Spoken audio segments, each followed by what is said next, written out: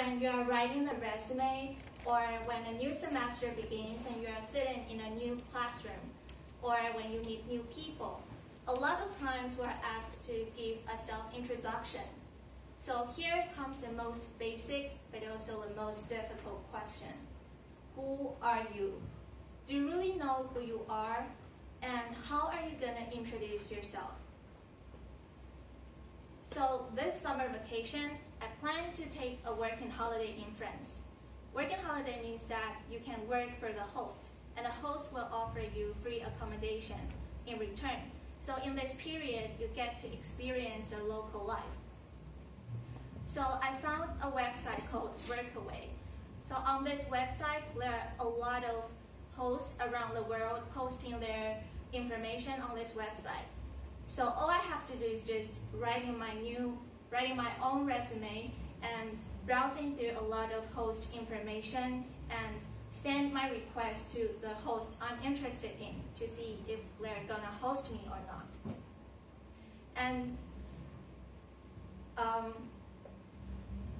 And so in my resume, I wrote, "Hello, my name is Vicky. I'm 20 years old and I study in Foreign Languages and Literature Department, blah, blah, blah." A very simple introduction.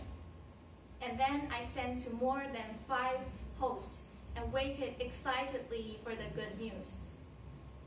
However, it turned out that almost every single day, I received an email that rejected me. And I was so frustrated, and I didn't know what went wrong until I went to see some other applicants' resumes. And there's this guy, he's 20 years old, the same age as me, and he majors in architecture. He said that during his free time, he likes to do some DIYs, and he likes to take apart some machines and then tries to repair them. And no matter how long it takes, he always feels he will concentrate and enjoy the whole process.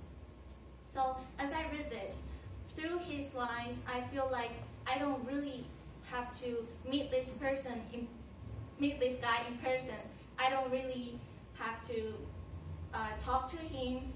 I feel as if I've already know this guy. I know his passion and I know his personality. So I went on reading. And the next one is a girl. She's 19 years old and she likes children so much. She's so good at organizing activities and camps for children to join. And she said that every time when she saw the smiles and laughter from the children, she will get a sense of achievement. And as long as the children are happy, she's also very happy. So as I read this, I can almost imagine how passionate she was when she wrote this down.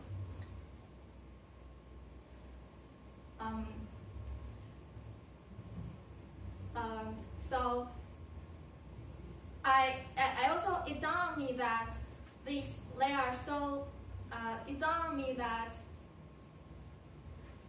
they both have their own passion and they have their own stories, they have their life stories to tell.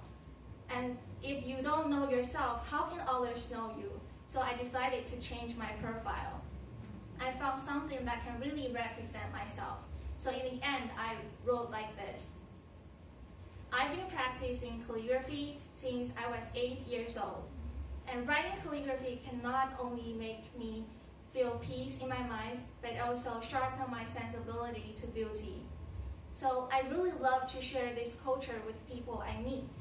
And then I sent click. And to my surprise, I was admitted to several hosts within a day.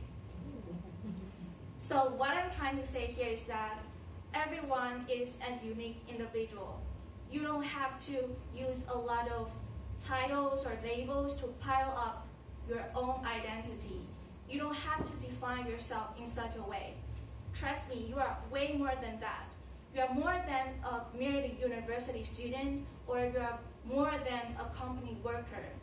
As long as you find your own passion and you know who you are, you know what you want, and then you don't.